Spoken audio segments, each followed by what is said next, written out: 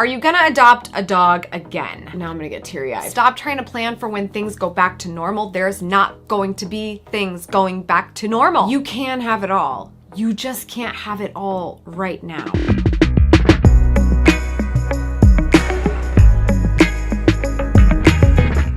Good morning, good life. Welcome back to AmyTV, where we come together to help you go after the life you want. I'm back in my closet. I'm just going to be honest with you. I need a comfort zone right now, and this is my current comfort zone. If you saw my last video, you know that it's been a little bit of a hot mess in my department. And yes, even I have my moments where I'm a little bit of a hot mess. Not very often do I feel like I don't know what to do next, but this is one of those moments. For the last month, we've been traveling. It was like just left town and then came back, and then Lucy passed away, and then left town because Lucy passed away, and it's just been this whole situation. And you obviously know what's going on because I made a video about my beloved Lucy, my beagle that I had for 16 years, 16 and a half actually. And I just felt like, even though I have a couple of ideas of videos that I would like to put out there for you, and they're all in the planning stages and I'm trying to figure out what I'm gonna film,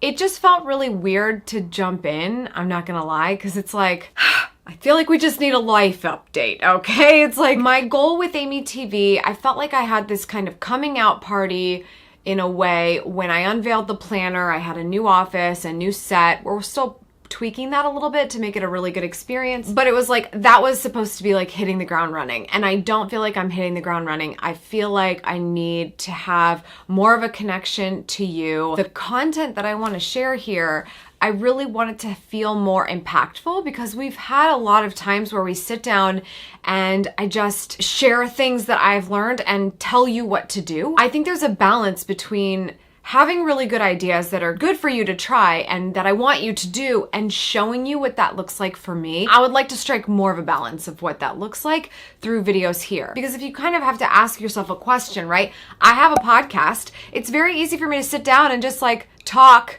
on the podcast. I want to try to do things a little bit differently here. I want to be able to ask myself, well, why would that be a good video? Why is it something that could be more visually compelling versus just, well, that really could have just been a podcast. You could just take the audio from that video and make it a podcast. I want to be as useful to you as possible. I still want to make good on all the things that I'm good at for you. I think it's a fun experience for you, but I'm also honest with myself about what would actually be fun for you in a way that makes you want to come back to the channel to watch. So that's what's on my mind. With all of that on my mind, I'm putting a little bit of pressure on myself that way, just being honest. And I'm also just not feeling like myself. So with all of that, I was like, you know what, maybe I just need to do a Q&A. Not because I want to phone this video in, but because I feel like I just want to have a real conversation with you about what's actually on your mind, because that is the biggest thing that motivates me. It is the biggest thing that gets me creatively driven. It's the biggest thing that gives me ideas and makes me be able to visualize, you know, what's a good video or what's another good idea that we could do, that we could talk about. Because as much as I love making videos on the internet, unless I have a really, really good story to tell, like Lucy, or I have something I absolutely have to tell you, I don't really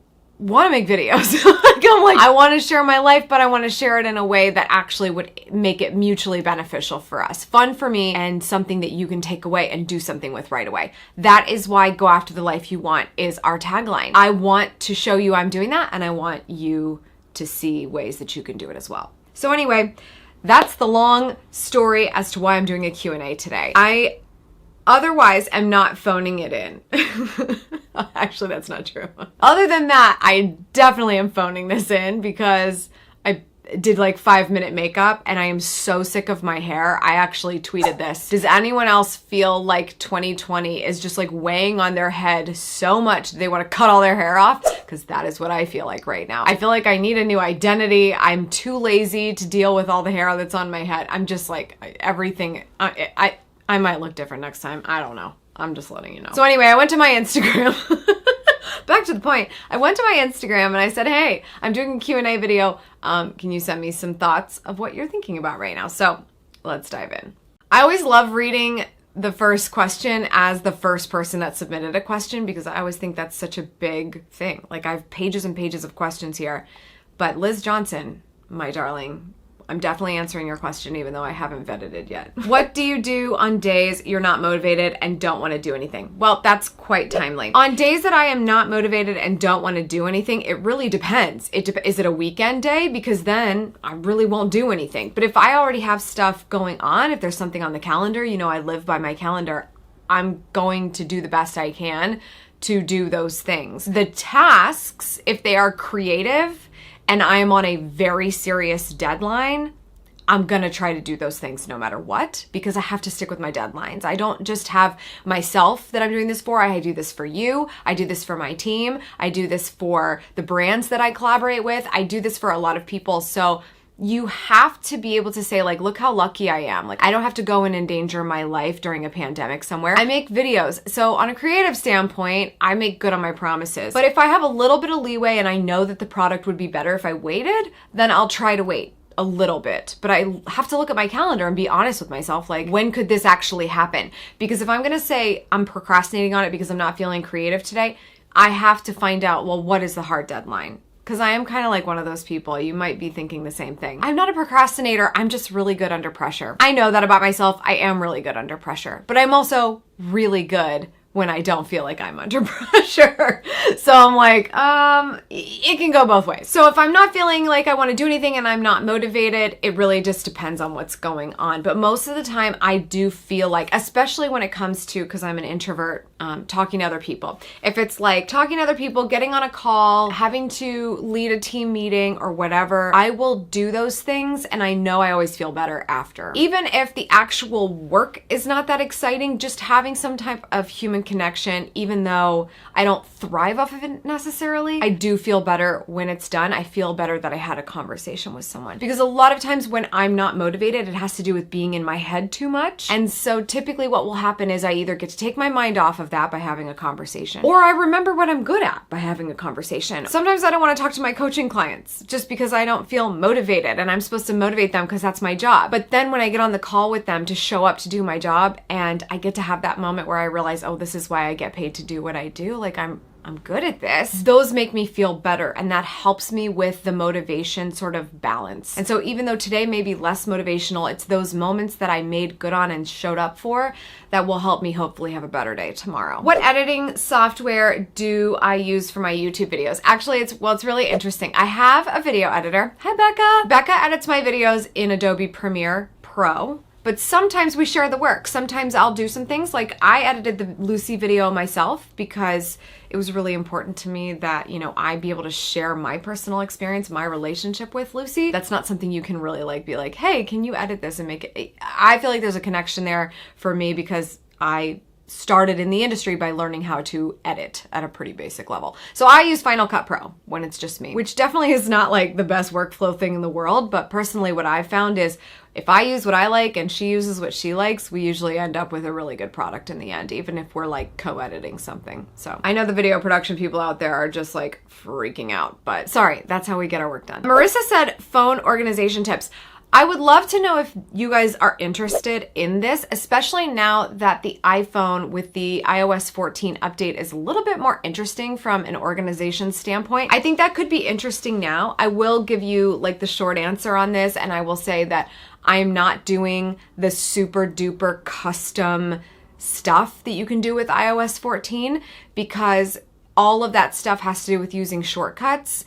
And I'm sorry, but if something is called a shortcut and its job is to open an app, that shortcut is not a shortcut. I will definitely not be doing super duper custom iOS 14, but I do have a number of things that the new OS has going for it that helps me to manage my life a lot better. I'm very excited about, for sure. Widgets, so excited about that. So if that's a potential video, let me know in the comments. Maritza asked how to stay positive with so many changes happening too fast. I think we can all speak to experience on this. 2020 has been a lot of changes, a lot of sit still and wait or hurry up and wait, a lot of jobs lost, a lot of things changed for a lot of people. The way that I personally stay positive is one of the things I do in my morning routine every morning. Part of my mindfulness practice is to read the Daily Stoic, which is a page-a-day read by Ryan Holiday. I talk about this book all the time, just like I talk about morning pages all the time, just like I talk about morning routines all the time, because I have found what works for me and it helps me start the day on the best terms possible. The reason I read this is I feel like I can learn so much from the Stoics and the way that they approach life that helps me to stay fairly even keel. So even though there might be something terrible that happens, or someone says something mean, or I get like a troll comment on this YouTube video, which of course is going to happen at some point, the Stoics teach me every morning in just this little bit of reading every day how I can better handle that with my mindset. So I would even say, like, here's some groundbreaking news. I don't know if I'm a super duper positive person. I really don't. I think I have been somewhat stoic throughout my life, and now I'm learning what it actually means and how to actually leverage it more. And I'm optimistic. I definitely think the best of people because I don't put so much interest in those who aren't gonna actually change my life. And I just kind of let them be who they are and not make it anything more than it has to be so that I'm not disappointed. And I think that that is an element of implementing stoicism, which allows me to stay mostly optimistic, not be like crazy positive girl. Like, I'm sorry, I'm not going to be the one who's like running into the room with a huge smile on her face telling you to rah, rah, rah. I'm pretty good at that, but it's not natural for me. What I'm good at is not making things worse than they are and not making things better than they are. Sometimes it would probably be better if I made it better, and sometimes I don't acknowledge how bad it is. But that seems to be how I stay mostly like, okay. That's how I do it. The Stoicism teaching every morning is really helpful to kind of reinforce those things, and then picking your battles throughout the day, standing up for yourself when it's important, standing up for what's right when it's important, but then letting the other stuff that just doesn't matter just roll off your back. I think the practice of that is what allows me to stay positive, but let's call it optimistic instead, when things are looking a little bleak. Which, if we had to give 2020 a word, I think it's bleak. What's the best way to begin calendar blocking? Kelly asked this. I really like this question because people usually think too much of calendar blocking and think it's going to be too much, so they don't dive in. And here's like, this is the first step, and it's like a pre-step. So it's good for everyone, whether you're sure about calendar blocking or you're not. If you want to give it a try, the whole point of calendar blocking is to be able to better manage your time. You can't necessarily do that as effectively if you don't actually know how you spend your time already. So my advice would be, if you want to start calendar blocking, start by just keeping track of what you already do. So for instance, if you're like, I really want to give calendar blocking a chance, maybe next week, that's fine. Start today. If you got off work at 5 o'clock and you spent half an hour driving home, make that a block on your calendar and be like, yep, that took about 30 minutes. Okay, great. What happened when you got home? Oh, well, I unpacked my bag and I kind of just started cleaning up around the house, thought about what I wanted for dinner. Okay, great. Well, block that out. Like transitional coming down, being home, kids doing homework kind of stuff, right? Mark it on the calendar. The more you're aware of how much time you spend on different things already, the more you can get an understanding of what can go. Where are you losing track of time? Are you literally coming home, sitting on the couch and scrolling social media or checking different things, watching YouTube videos? You know, what is that critical piece of time that starts to get thrown away with the stuff that you would have started doing at 7 or 8 o'clock anyway, but then you added too many hours to it before that could have gone towards something else? If you want to start calendar blocking, just track what you're already doing. Kind of like what they say with journaling your food. Instead of worrying about journaling your diet, just journal what you're used to eating right now, right? You've probably heard that advice before. It's the same idea. You don't know where to go with something unless you know where you're starting. And that's why, you know, start small is really, really good advice people don't want to hear.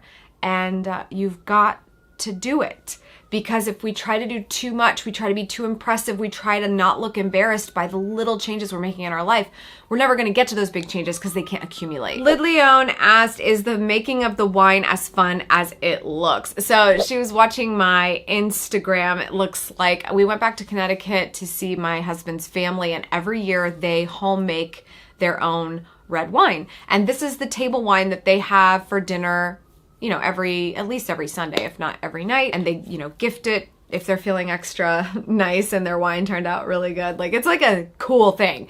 They hand make their wine. They buy the grapes and they make it at home. Is it as fun as it looks? It's fun because you're excited to drink it, but it's kind of serious business. Like, you really, really need to be careful, because when you're talking about making wine, you're really talking about something that's not just natural, but it's like, I don't want to say chemical because there's no chemicals in it, but like, it's like chemistry, right? You're taking the grape, you're taking the juice, and it's fermenting, and it's got to boil, and then you've got more crushing of the grapes you have to do to make sure you get all the juice out. You have to be really careful about that. You have to have the right environment. They had like cardboard laying down, and they've got the utensils they need. It's not fancy, but it is very specific. So it was fun because it's serious business, and therefore I just get to watch. I'm just like, okay. My husband's very involved in the process. He's been making wine since he was very little with his grandfather, and then his family. Everybody in the family does it, of course, but it is fun to watch. It is much more fun to drink. I want to see a tour of your new home and the background,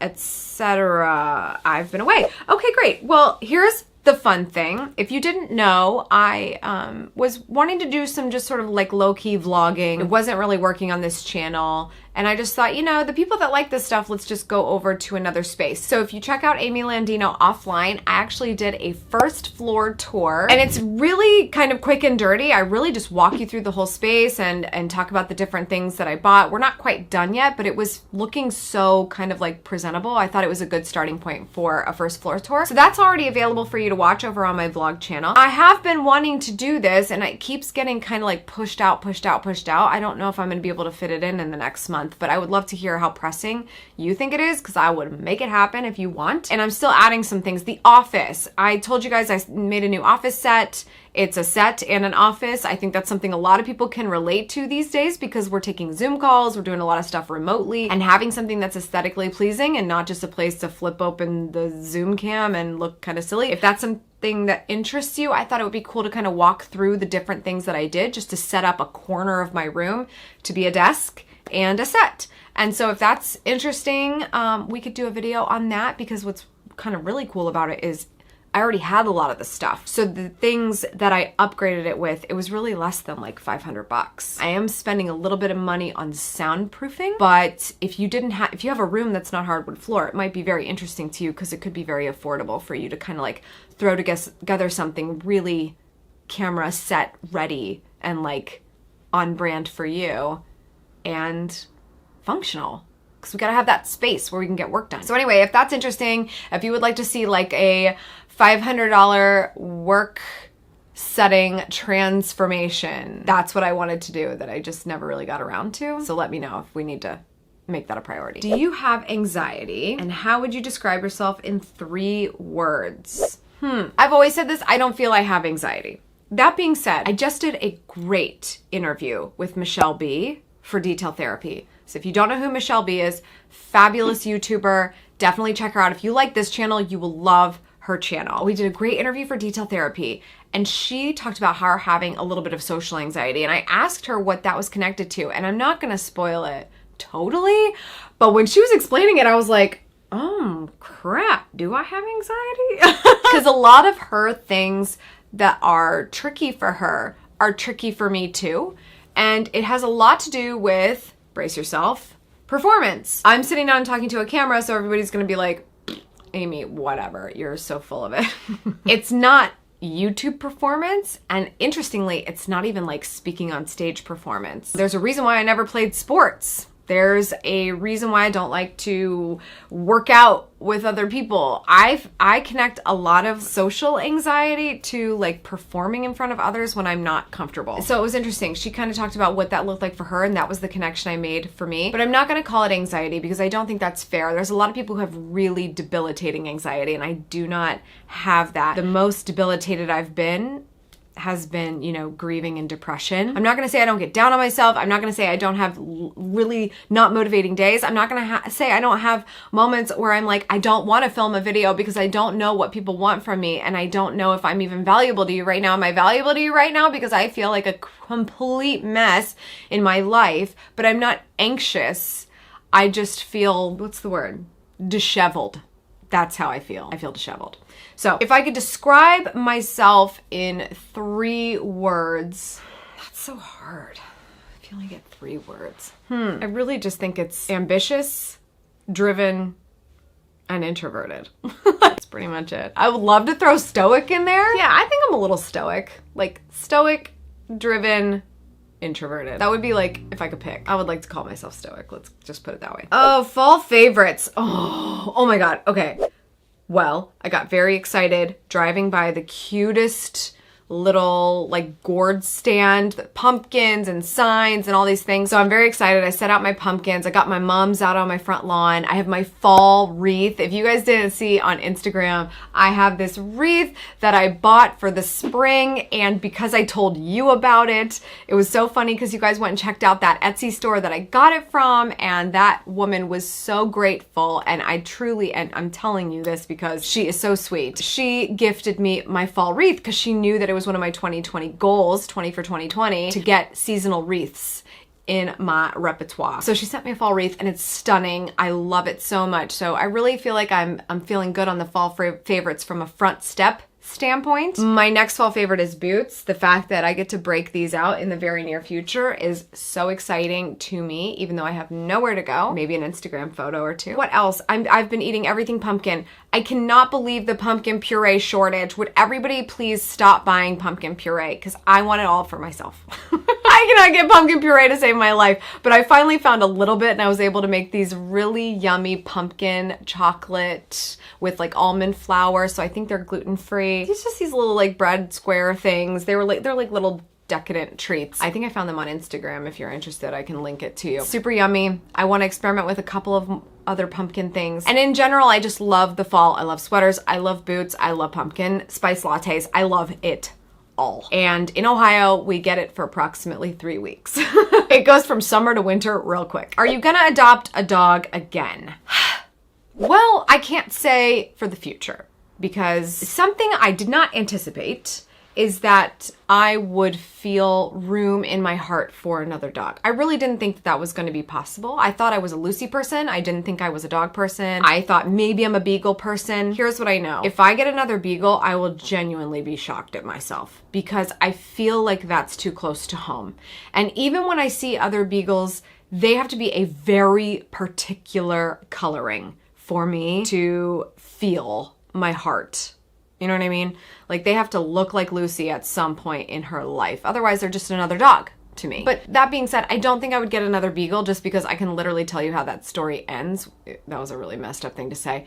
But I know all the problems that they have. I've been through them, and I feel like if I went through them again, if I got a beagle that got glaucoma again, I really think I would be self-sabotaging myself. I'm not gonna lie. Like I would not be excited about that, about going through that again, because it was just really difficult, and it would really feel like I'm replacing her. I'm not interested in that. However, I thought any dog would feel like I'm replacing her, and now I realize that's not the case. I don't feel a certain way when I see other dogs. My husband's dog, we basically borrowed from his parents who have had her for 4 years, just because we kind of need a support animal right now. It's very quiet in this house even without Lucy, who was like a walking corpse for like 4 years, let's be honest.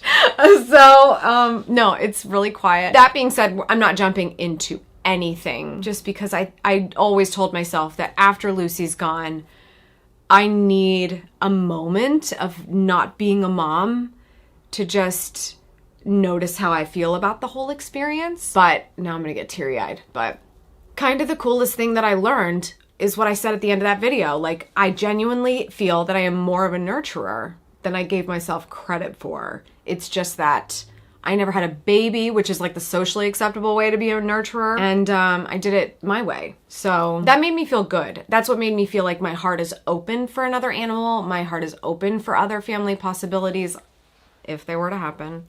But yeah, we shall see. What are you reading right now? Good question. I'm reading like so many things. Oh my gosh. Okay, where to start? Book I'm actually reading in Kindle form is, it's Ryan Holiday's new Stoic book. It's called Lives of the Stoics, The Art of Living, from Zeno to Marcus Aurelius. So it's basically like, how did Stoicism come about? Who were these people that made it happen? Also, like, Stoicism is so not about ego. So like learning about the people who came up with it is even more fascinating for that reason. I've really been enjoying that. I also downloaded a sample of the home edit because I'm super into that Netflix show right now. I have a whole box over here of things I bought literally watching the first episode, and I was like, I need that for my closet. I need that for my closet. I need that for my closet too. What else? I had so many things in the newsletter this week because everything I was doing was centered around a book. Jay Shetty's book, Think Like a Monk. I'm listening to that on Audible, so I like to mention the Audible ones because I do know there's a lot of you who would like to read more but need to do it in a way that is manageable for you. Audiobook for the win. Jay reads his book and it's really, really good. Oh, and I'm also kind of reading something else. I am so excited about this.